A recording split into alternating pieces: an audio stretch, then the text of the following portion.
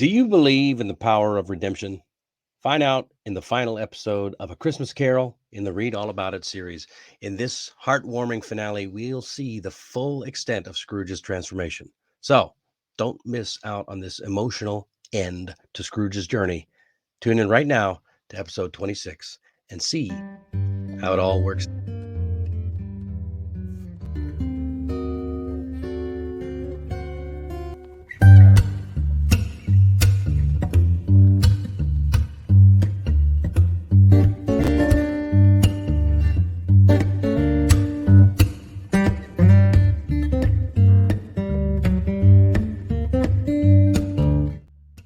Merry Christmas and welcome to the final episode of A Christmas Carol in the Read All About It series. In this heartwarming conclusion, we'll see the full extent of Scrooge's transformation as he fully embraces the spirit of the holiday and spreads joy and generosity to those around him. Don't miss this exciting finale as we see Scrooge's redemption come full circle in this classic holiday tale. So, if you're ready to experience the magic of A Christmas Carol one last time, let me thank you for joining us, and let's dive right in. We hope you've enjoyed this journey through A Christmas Carol as much as I've enjoyed making it. Merry Christmas, and have a happy and wonderful holiday to you and your whole family. Let's see what it's all about. The Last of the Spirits, Part 7. Chapter 4. As always, jumping in with vocabulary, this is a good phrase right here. In a jiffy, which means in a moment, in a very short moment, right? I'll be with you in a jiffy. I just have to finish filling out this form. Now, this is very casual. You'll want to use this in a casual sense, something you wouldn't say this. Yeah, you might say it in an office, but probably not. But if you're friends with someone, or if you're running a small business and you're just working behind the counter, you can say, I'll be with you in a jiffy, or I'll take care of that in a jiffy, in just a moment. And feign, that is the verb, feign, to pretend that you feel sick or ill, tired, angry, etc. Yes. Can't you feign an illness and skip work today? Sounds like you've got a bad friend if they're asking you to feign an illness. You know who likes to feign illnesses? Kids love feigning illnesses. And they especially love to feign sadness. You ever get those fake tears from your kids? I know I do. It's crazy, right? Some of them get really, sometimes you almost want to believe it.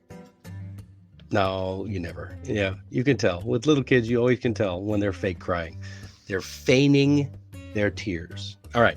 Endeavor, another verb, to try very hard to do something.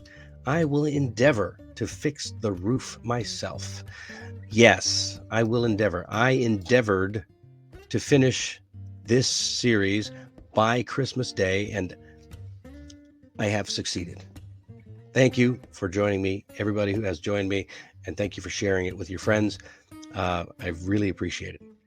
Last word here is borough. Borough. A town or part of a city that has its own local government. Aha. Have you heard that one before? You probably have in this context. Queens is one of the 5 boroughs of New York. New York is a large city. It's a large area.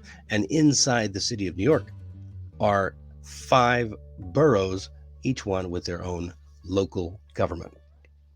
Okay, are you ready? We last saw Scrooge.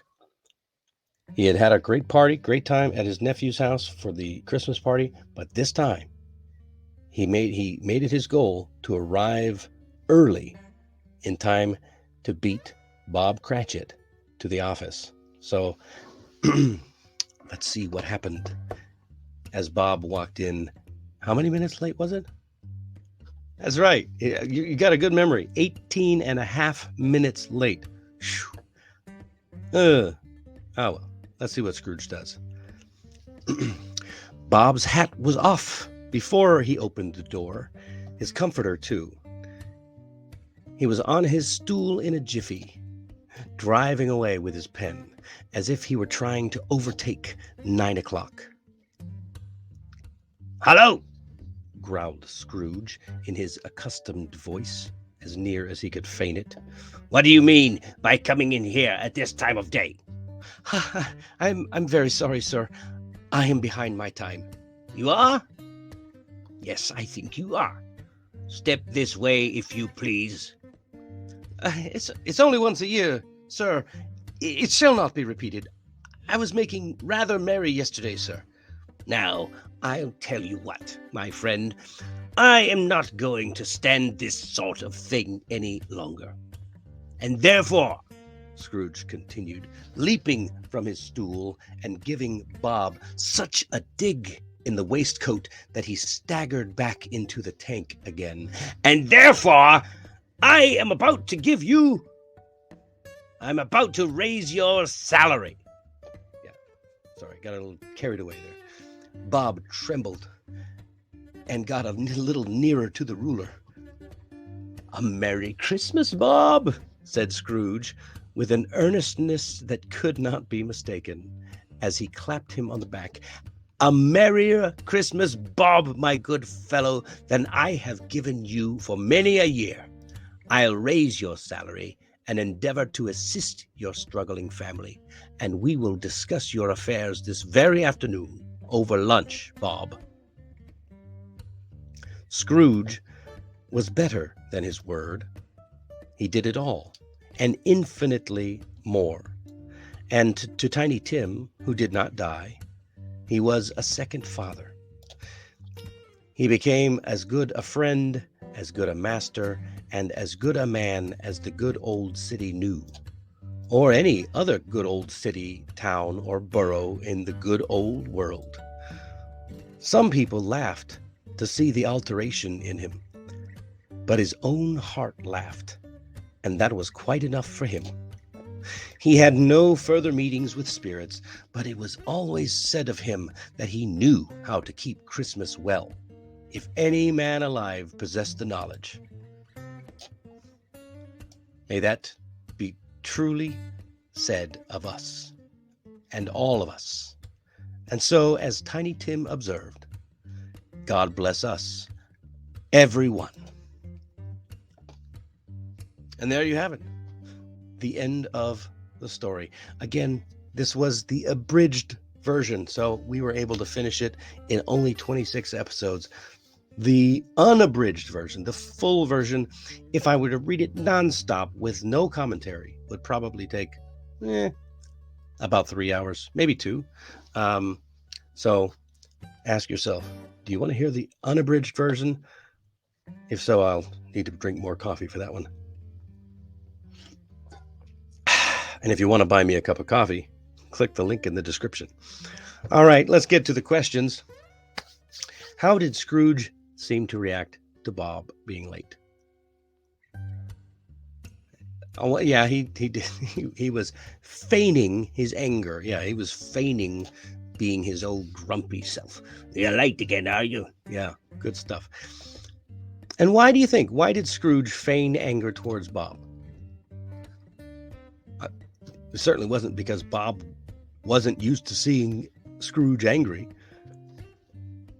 Well, I think there was an opportunity to show you and I, the readers, just how much Scrooge has changed. He's showing a playful side. He's joking. He's having a good laugh at Bob's expense, but I think he made up for it. What did Scrooge tell Bob that he was going to do? He was going to raise his salary. Yeah. I started to say, it's actually really funny. I started to say, and I'm going to give you a raise, but raise your salary is exactly what you said there. I don't think we started saying give a raise until much later on, after this book was written. And did Scrooge's newfound benevolence last long? Ooh, that's a really good word, benevolence. Bonus points if you can write the answer to what is benevolence in the description. All right. Did it last long? Did his newfound benevolence last long? Well, according to this, yeah, I would say it probably lasted the rest of his life. It was always said of him that he knew how to keep Christmas well, if any man alive possessed the knowledge. I would say if it was always said that, then people must have forgotten what an old grouch he was. All right. As always, practice your language. See if you can gather what some of these words mean, and check your understanding with true or false. And finally, of course, I have to ask this question. What did you think about this story? I'm not asking what you think about my acting or my reading, but what did you think about the story itself? Did you watch all 26 parts? What do you think is the real meaning behind this? And at the very beginning, I mentioned that this story is an allegory. Do you understand what an allegory is better now that you've heard the story? Let me know in the description, in the comments down below. Thank you again so much for joining me on this exciting adventure. It has been a lot of fun for me to read through these. It's been a lot of work trying to squeeze 2 episodes in every day, but it's been worth it. It's been a joy. And I want to say thank you very much for joining me. Have a very Merry Christmas with you and your family. And as Tiny Tim said, God bless us, everyone. We'll see you next time. Thanks for joining me on this reading of A Christmas Carol by Charles Dickens. And if you want to continue the story, just click on the box right over there. I am always grateful for your support, so please remember to like and subscribe for more from All About English. Merry Christmas.